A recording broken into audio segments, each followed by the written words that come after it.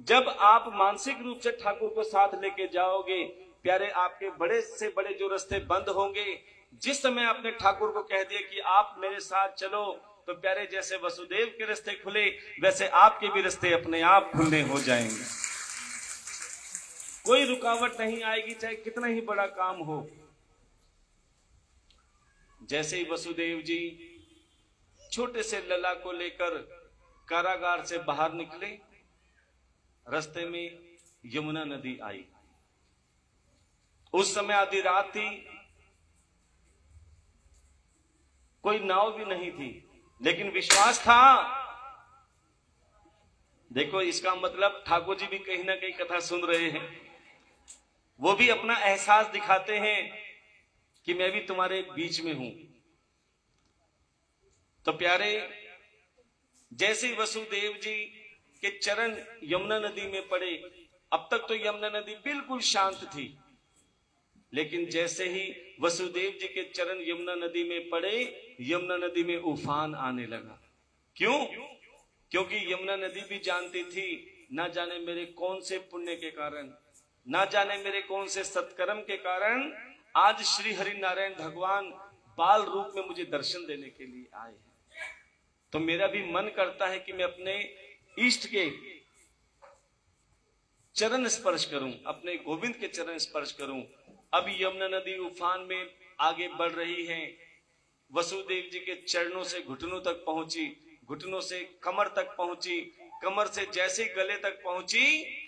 अब छोटे से लला ने देखा कि जो मुझे विश्वास के साथ अपने साथ लेकर चल रहा है, उस पर मैं कैसे कष्ट होने दे सकता हूं।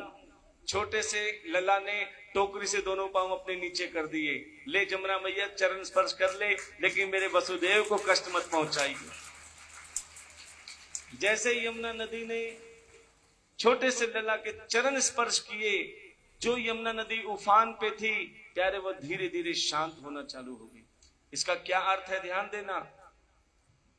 जब आपका गुस्सा चरम सीमा पे हो, आजकल इंसान क्रोध में जल्दी आ जाता है, ध्यान देना। और ये क्रोध क्यों आता है? इसके कई कारण हैं। आजकल जब से ये फ्रिज आया है ना, सुबह रोटी बनाते हैं, चलो एक साथ बना लेते हैं, शाम की भी इसी में काम चल जाएगा। जब से इंसान ये बासी चीज खाने लगा है, ध्यान देना, पहले थोड़ा बनाते थे, विश्राम कर देते थे, ताजा खाते थे, स्वस्थ रहते थे। जब से ये सुबह का शाम, शाम का सुबह खाते हैं ना, बुद्धि इंसान की उग्र होती जा रही है, बात बात पे गुस्सा आता है। और आजकल आप देख रहे हो, पारिवारिक जीवन भी ज्यादा बढ़िया नहीं है।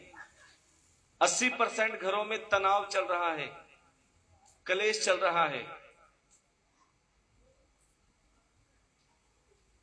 चाहे वो सास बहू के बीच में हो, चाहे पति पत्नी के बीच में हो, चाहे भाई भाई के बीच में हो, चाहे पिता और पुत्र के बीच में हो।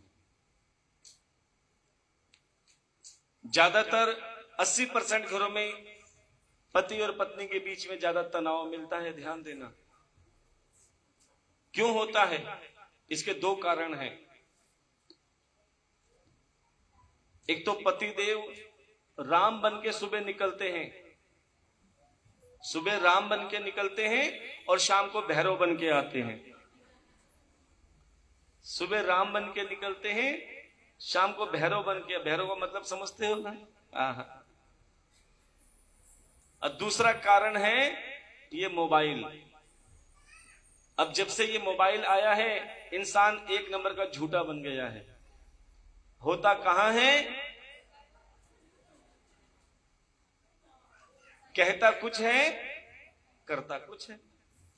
अब ध्यान देना सज्जनों, अब उसने तो अपना फर्ज पूरा कर दिया, मोबाइल ने भी अपना फर्ज पूरा कर दिया, और जो भैरव बाबा ने भी अपना फर्ज पूरा कर दिया। अब धर्मपत्नी बिचारी क्या करे? अब पति देव को तो कुछ कह नहीं पाती, सारा गुस्सा किस पर निकालती है? जब भोजन बनाती है, जब आटा गूंथती है ना, दही घूसे घूसे मारती है। और जब घूंसे मार मार के क्या कहती है, नास पिटा जाता कहाँ है, बताता कहाँ है, कहता कुछ है करता कुछ है, मेरा बस चले ना इसकी रोटी में जहर मिला दूं। क्योंकि जब इंसान क्रोध में होता है प्यारे, कुछ भी सोच लेता है। अब एक बात ध्यान रखना, अगर आप अपने घर में शांति चाहते हो, सबसे पहले अपने घर में भोजन को शुद्ध करो। और भोजन शुद्ध कैसे होता है? जब आप भोजन प्रेम से बनाते हो। कहते हैं जब तुम्हारे मन में क्रोध होता हो, जब तुम्हारे मन में टेंशन होती हो, तो थोड़ा रुक जाओ, भोजन थोड़ी देर बाद बना लेना, जब तुम्हारा मन शांत हो जाए।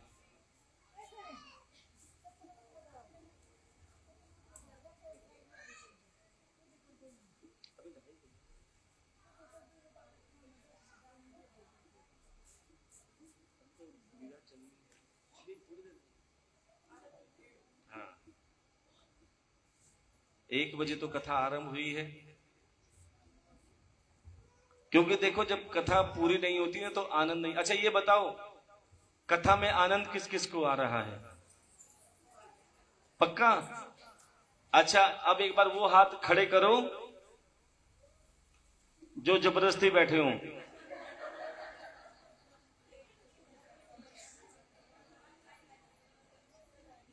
प्रेम से बोलना पड़ेगा।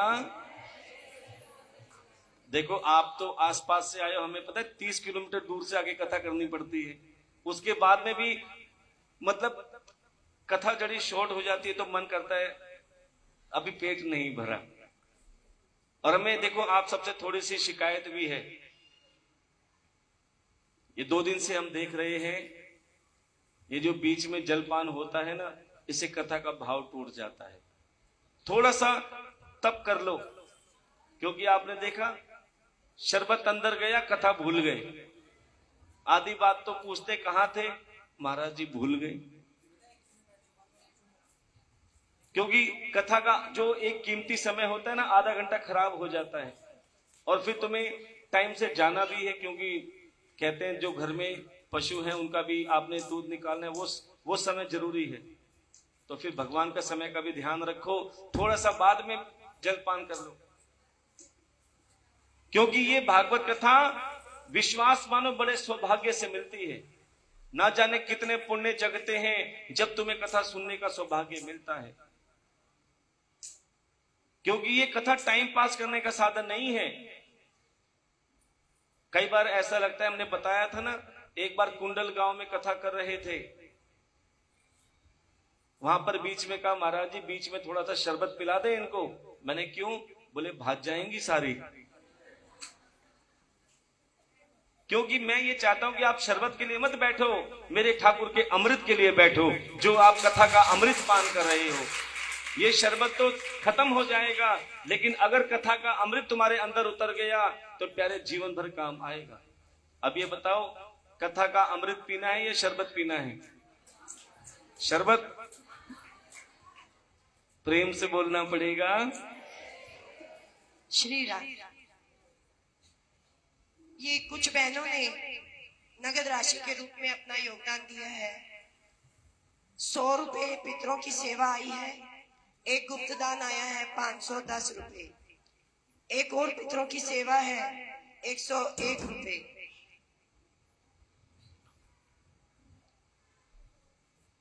नारायण पटवारी जी के पटपोते कनिष्क का आज जन्मदिन है। जोरदार तालियों का स्वागत करेंगे। पहले तो देखो, हम हर बार कहते हैं कम से कम कथा में अगर आपके बीच में कोई घर में उत्सव मनता है, चाहे जन्मदिन के रूप में, चाहे सालगिरह के रूप में, चाहे किसी भी रूप में, एक बार भागवत कथा में वो खुशी जरूर बताया करो। उससे आपका जो उत्साह है, आपका जो पर्व है प्यारे, उसमें 4 गुना और ज्यादा तरक्की होगी। इस बच्चे के जन्मदिन पे उनके घर से 1100 रुपए का योगदान आया है। उनके लिए एक बार जोरदार तालियां और महाराज जी की तरफ से बहुत बहुत आशीर्वाद। राहुल चीना बल्लू जी के पोते 1100 रुपए, जोरदार तालियों का स्वागत करेंगे। मनीष जी ने 100 रुपए, ओमवती जी ने 200 रुपए। देखिए तालियां जरूर बजाइए। सोनू ने 500 रुपए। एक और गुप्तदान है 500 रुपए। एक और गुप्तदान 101 रुपए। मयंक पंचाल 151 रुपए। रणवीर मास्टर जी 101 रुपए। तेजस 101 रुपए। तारा देवी 101 रुपए। बाल किशन जी 501 रुपए। और बल्लू सैनी जी ने 2 दिन से पानी की सेवा प्रदान की है। इनके लिए भी एक बार जोरदार ताली। जय जय श्री राधे श्याम। और जो कोई भी भंडारे में सामान देना चाहे तो हमारी कौशल्या दीदी के पास आके और उनसे पूछकर भंडारे की सामग्री दे। और जो कोई नगद राशि भी देना चाहे वो भी आके हमें लिखवा सकते हैं। जय जय श्री राधे श्याम। और प्यारे, कल हमारे ठाकुर जी का विशाल जन्म उत्सव बना। आज हमारे ठाकुर जी की बहुत सुंदर सुंदर लीलाएं होंगी और कल हमारे ठाकुर जी का विशाल विवाह उत्सव मनाया जाएगा। और प्यारे, सभी समय पर पहुंचेंगे बाराती बन के। ध्यान देना, सबने पार्लर से सज के आना है। चलो कोई बात नहीं, आपको छूट दे देते हैं। पार्लर से मत सजना, बेकार में आपके 2-4-5 हजार रुपए लग जाएंगे। जो 2-4-5 हजार रुपए लगे उसमें उसके 1/4 भी जब आप ठाकुर जी की विवाह में कन्यादान में अर्पित कर दोगे तो प्यारे आपके दिन दोगुनी रात चौगुनी तरक्की हो जाएगी। क्योंकि भागवत कथा में जो भी कन्यादान स्वरूप में आता है, चाहे वो नगद राशि के रूप में हो, चाहे वस्त्रों के रूप में हो या आभूषण के रूप में हो, वो एक बेटी के कन्यादान में जाता है। हम ये तो नहीं कहते कभी गरीब कन्या, क्योंकि वो गरीब नहीं है जिसके कन्यादान में ठाकुर जी के भक्तों की सेवा आई हो। प्यारे, वो सबसे ज्यादा अमीर होते हैं जिनके पास मेरे ठाकुर जी के भक्तों की सेवा रूप में कन्यादान आता है। हाँ, तो प्यारे,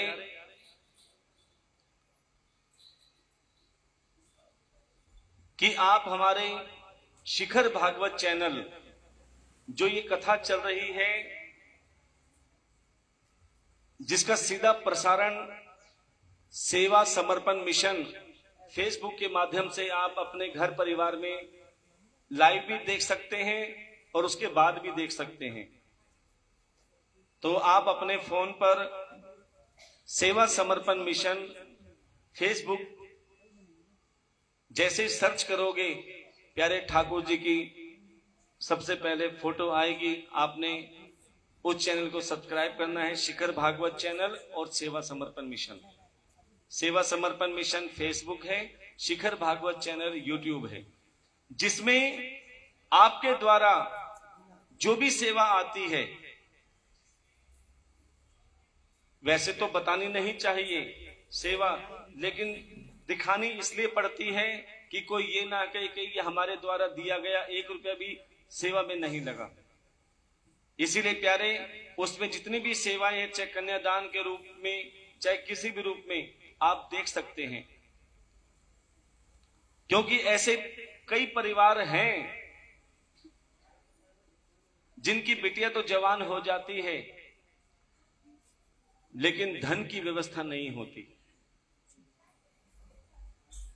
उस माता पिता से पूछो जिसकी बिटिया जवान हो जाए और शादी के लिए व्यवस्था ना हो, और जब बिटिया जवान हो जाती है ना प्यारे, संसार उंगली उठाने में भी देर नहीं लगाता। ऐसे ही एक गरीब परिवार, माता पिता जिसकी बिटिया जवान तो हो गई लेकिन विवाह के लिए पैसे नहीं थे। अब माता पिता ने दिल पे पत्थर रखकर एक निर्णय लिया कि शादी कैसे करें अपनी बेटी की। एक काम तो कर सकते हैं। बोले क्या? अपनी बेटी को मारकर जमीन में दफना देते हैं। बेटी को मार के जमीन में दफना देते हैं। कोई पूछेगा तो कह देंगे दूर शादी कर दी। सोचो कितना बड़ा निर्णय लिया। अगला दिन हुआ, बेटी आई, मां अपने हाथों से अपनी बेटी को भोजन खिला रही है और आंखों में आंसू टप टप टपक रहे हैं। बेटी समझ गई, क्योंकि मां और बेटी का रिश्ता दिल से दिल का होता है। ध्यान देना। बेटी कहने लगी, मां लगता है आज मुझे तू अपने से दूर करेगी। अब मां क्या कहे, सिवाय रोने के कुछ नहीं हुआ। जैसे ही पिता आए, बेटी का हाथ अपने पिता के हाथ में दिया और पिताजी बेटी को लेकर चल पड़े। एक हाथ में पिता के चक्कू, एक हाथ में फावड़ा, और बेटी हंसते हुए जा रही है पिता के साथ। क्यों? विश्वास है, क्योंकि बेटी का रक्षक पिता होता है। पिता मेरे साथ गलत क्यों करेगा, इसी विश्वास के साथ बेटी जा रही है। लेकिन पता नहीं कहां ले जा रहे हैं पिता। धूप में पिताजी चल रहे हैं। बेटी देख रही है कि पिताजी बताओ तो सही कहां जा रहे हैं। पिता क्या कहे, तुझे मार के जमीन में दफनाने जा रहा हूं। पिता कुछ नहीं बोले। जब बेटी ने देखा पिता के पसीने पसीने आ रहे हैं, पिताजी ठहर जाओ, आप थक गए होंगे, थोड़ा आराम कर लो। देखो मैं आपके लिए पानी की बोतल भी लाई हूं। अपने दुपट्टे से पिता के पसीने पहुंचे। उसे नहीं पता जिस पिता के मैं पसीने पहुंच रही हूं, वही पिता मुझे मार के जमीन में दफनाए। पानी पिलाया, पानी पिला के फिर पिताजी लेकर चले गए। सुनसान रास्ते पे, सुनसान जंगल में गए। बेटी को पेड़ के नीचे बिठाया और गड्ढा खोदने लगे। बेटी चुपचाप देख रही है कि क्या आखिर पिताजी कर क्या रहे हैं। पिताजी क्या कर रहे हो, मुझे बताओ तो सही। अब पिताजी क्या कहें, क्या तेरे लिए गड्ढा खोद रहा हूं, तुझे मार के इसी गड्ढे में दफनाऊंगा। बेटी चुपचाप बैठी देख रही है, क्योंकि बेटी को विश्वास है कि पिताजी मेरे साथ कभी गलत नहीं कर सकते। पिता कठोर तो हो सकते हैं प्यारे, और माता भाई बहन आंसू टपका के अपना दुख जाहिर कर देती हैं, लेकिन पिता कठोर रहते हैं, लेकिन अंदर से नरम रहते हैं। सच बताएं, सबसे ज्यादा पिता अपनी बेटी से प्रेम करता है कि बेटी जिस चीज पे हाथ रख देती है बेटी खा ले, जिस चीज पे हाथ रखती है बेटी पहन ले। और बेटी भी सबसे ज्यादा अपने पिता से प्रेम करती है। पिता जब काम से रात को घर पे आता है, प्यारे जागा हुआ बेटा जानबूझ के सो जाएगा, कहीं पानी का गिलास ना देना पड़ जाए। और बेटी अगर सोई भी होगी तो पिता की आहट से उसी क्षण जग जाती है, पानी का गिलास लेती है, पिताजी पानी पी लो, रोटी बना दूं। इंतजार करती है पिता के आने का। और प्यारे कईयों के पिता तो बॉर्डर पे हैं, जो बंदूक लेकर हमारी सुरक्षा करते हैं। उनके घर में भी बेटियां होती हैं, वो भी इंतजार करती हैं कि मेरे पिताजी कब आएंगे और कब मुझे गोदी में उठाएंगे, गले से लगाएंगे, खूब प्यार करेंगे। और वो इंतजार करती करती क्या कहती हैं, 7 समुंदर पार से गुड़ियों के बाजार से, 7 समुंदर पार से गुड़ियों के बाजार से, 7 समुंदर पार से गुड़ियों के बाजार से, 7 समुंदर पार से गुड़ियों के बाजार से। अच्छी सी गुड़िया लाना, अच्छी सी गुड़िया लाना, गुड़िया चाहे ना लाना, गुड़िया चाहे ना लाना, मेरे पापा जल्दी आ जाना, मेरे पापा जल्दी आ जाना, मेरे पापा जल्दी आ जाना, मेरे पापा जल्दी आ जाना। सात समुंदर पार से गुड़ियों के बाजार से, सात समंदर पार से गुड़ियों के बाजार से, अच्छी सी गुड़िया लाना, अच्छी सी गुड़िया लाना, गुड़िया चाहे ना लाना, गुड़िया चाहे ना लाना, मेरे पापा जल्दी आ जाना, मेरे पापा जल्दी आ जाना, मेरे पापा जल्दी आ जाना, मेरे पापा जल्दी आ जाना। और पिताजी अपने परिवार के लिए, खासकर बेटी के लिए जरूरत से ज्यादा मेहनत करते हैं, कहीं बेटी को कोई दुख ना हो। क्यों? बेटियां पराया धन होती हैं। कभी पिताजी अपनी बेटी को किसी चीज के लिए मना नहीं करते। बेटी जब तक तेरा जी करे उठ, जब तक तेरा जी करे जाग, जितना मर्जी खा, जितना मर्जी पहन, जो मर्जी कार्य कर, क्योंकि पिता को पता है जो सुख पीहर में होता है जरूरी नहीं वो सुख ससुराल में भी मिलेगा, ना जाने कैसा ससुराल मिलेगा। इसलिए वो जरूरत से ज्यादा मेहनत करते हैं। और क्या, कब जागते कब सोते हैं पता नहीं, कब जागते कब सोते हैं पता नहीं, कब जागते कब सोते हैं पता नहीं, कब जागते कब सोते हैं पता नहीं, किस वक्त कहाँ होते हैं पता नहीं, किस वक्त कहाँ होते हैं पता नहीं, एक अकेले घर का बोझ उठाते हैं, एक अकेले घर का बोझ उठाते हैं,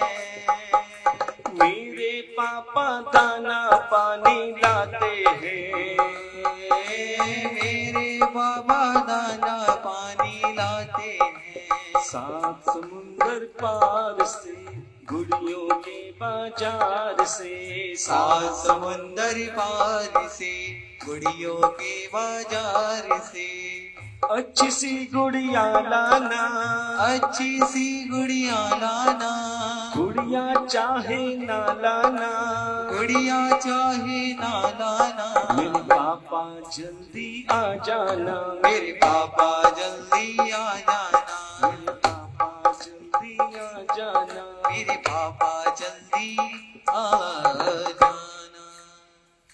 अब प्यारे जैसे ही बेटी देख रही है कि पिताजी गड्ढा खोदते खोदते भी थक गए हैं, पसीने आ गए हैं, बेटी ने कहा पिताजी आप रुक जाओ, चलो आप पानी पियो, मैं गड्ढा खोदती हूं। और प्यारे वो बेटी खुद गड्ढा खोदने लगी।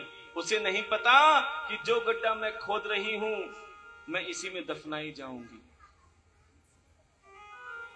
जैसे गड्ढा खुद के तैयार हो गया, जैसे आखिरी फावड़ा मारा, उस गड्ढे में से कुछ टकराने की आवाज आई।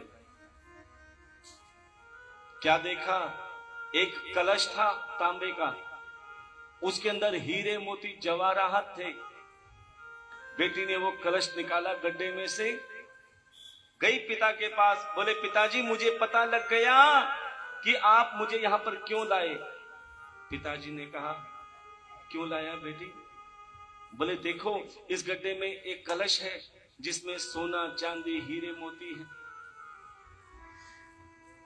इतना देखकर पिताजी की आंखों में आंसू आ गए। बोले बेटी मैं इस सोने चांदी के लिए तुझे नहीं लाया था। अरे मेरे पास तो तेरी शादी के लिए धन भी नहीं था, कोई व्यवस्था नहीं थी, मुझे कुछ नहीं सूझा। मैं तो तुझे मार के जमीन में दफनाने के लिए लाया था कि ना तू दिखेगी, कोई पूछेगा तो मैं कह दूंगा दूर शादी कर। बेटी कहने लगी पिताजी बेटियां अपने भाग्य का लेके आती हैं। अरे तुम्हारे पास नहीं है तो क्या हुआ? नरसिंह जी का भात नहीं सुना तुमने? उसका भी लोग मजाक उड़ाते थे। स्वयं कन्हैया उसका भात भरने के लिए आए। जब उसका भात भर सकते हैं तो क्या कोई मेरा भात नहीं भर सकता कन्हैया बन के? किसी के मन में तो मेरे गोविंद बैठेंगे, किसी के हृदय में तो ये आएगा कि कोई भाई बनकर मेरा भात भरेगा, कोई पिता बनकर मेरा कन्यादान करेगा, कोई मां बनकर मेरा साथ देने आएगी। तो प्यारे, कल आप सभी को सौभाग्य मिलने जा रहा है कि कल हमारे ठाकुर जी का विवाह मां अंबा रुक्मणी के साथ होगा और आप सभी ने ज्यादा से ज्यादा संख्या में पहुंचकर मां अंबा रुक्मणी के लिए, उस कन्या के लिए कन्यादान करना है जिसे आपकी जरूरत है, जिसे आपकी सेवा की जरूरत है। एक बेटी का विवाह कौन सी तारीख का है? 22 तारीख का, 22 जुलाई, इसी 23 कार्ड आ गया है यहां पर। देखो, कहते हर किसी को उम्मीद होती है ठाकुर से, तो वो ठाकुर से सहारा मांगते, संसार से नहीं कि ठाकुर जी मैंने ये कार्ड आपको दे दिया है, अब आप किसके मन में बैठकर किसके हाथों से आप कन्यादान कराओगे। कि 23 तारीख को नया बास आपके पास में गांव है, वहां पर एक परिवार की बेटी की शादी है और उन्होंने भागवत कथा में निमंत्रण दिया है कि ठाकुर जी जितना हो सके, क्योंकि लड़की के पिता भी नहीं है,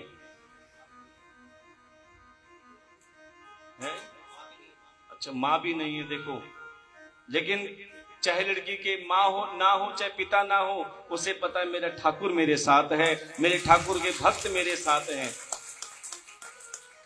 तो कल जो आपको अपनी बेटी के लिए चाहिए, देखो ऐसा तो देना मत जो आपके काम का ना हो और उसके भी किसी काम का ना हो। एक बार शबरी बनकर देख लेना कि जो आप अपने लिए, अपने बहन बेटियों के लिए, अपनी बहू के लिए चाहते हो, चाहे वो नगद राशि के रूप में, चाहे आभूषण के रूप में, चाहे वस्त्रों के रूप में, कि एक बार अपने परिवार के निमित्त ये सेवा कर कर देखना। विश्वास मानो, जिसके घर में बेटा होता है और बहू आनी बाकी होती है, जब वो विवाह में कन्यादान करते हैं, उसके घर में रुक्मिणी जैसी बहू आती है। जिसके घर में बेटी होती है और जमाई आना बाकी है, जब वो भागवत कथा में कन्यादान करते हैं तो उनके घर में ठाकुर जी जैसे जमाई आते हैं। और जिसके घर में बेटे भी हैं और बहू भी हैं, वो अगर भागवत कथा में मां अंबा रुक्मिणी के लिए कन्यादान करते हैं किसी बेटी के लिए, प्यारे, उसके घर में चाहे लड्डू गोपाल के रूप में, चाहे राधे रानी के रूप में ठाकुर में, अंगना में मेरे ठाकुर खेलते हैं। इसलिए कल सभी को ये सौभाग्य मिल रहा है। और एक बात और ध्यान रखना, अक्सर शादी विवाह में दो जने बिल्कुल नाराज हो जाते हैं, एक फूफा जी और एक जीजा जी। आपने देखा होगा ना, अक्सर नाराज हो जाते हैं, उनको मना के लाया जाता है। ऐसे ही कल अब तक जो भागवत कथा में नहीं आए, जो अकड़ के बैठे हैं, जब तक हमें थोड़ा बुलाया है। कईयों के अंदर अभिमान है, हमें बुलाएंगे तो आएंगे। बड़े ध्यान से सुनना, ये संसार के रचयिता का कार्य है। तुम्हारे घर में बहन बेटी की शादी हो, बेशक मत बुलाना, लेकिन ये ठाकुर का कार्य है। और सबसे बड़ा कार्य होता है निमंत्रण देना। कल अगर आप ऐसे व्यक्तियों को भी ले आए जो तक कथा में नहीं आए, और अगर उनके हाथ से ठाकुर जी की सेवा में कन्यादान करा दिया, तो प्यारे, इस कथा का 7 गुना फल आप सभी को मिलना चालू हो जाएगा। दिल खोल के कल आप भी कन्यादान करें और प्यारे ये शुभ कार्य, नेक कार्य औरों से भी कराएं। तो समझ लेना, आपकी कथा का संपूर्ण फल आपको मिल जाएगा। अब प्यारे इधर कन्हैया जैसे ही वसुदेव जी गोकुल में गए, गोकुल में नंद बाबा के यहाँ यशोदा ने कन्या को जन्म दिया। जैसे ही वसुदेव जी